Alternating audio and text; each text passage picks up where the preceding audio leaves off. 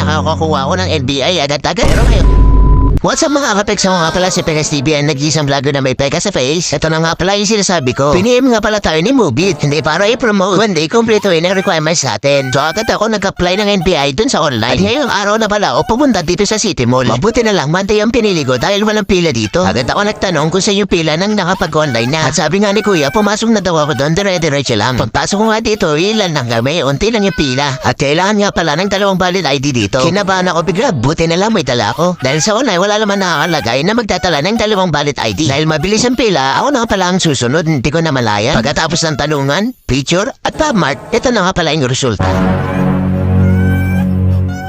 Hindi ako nakakuha dahil may hit daw ako.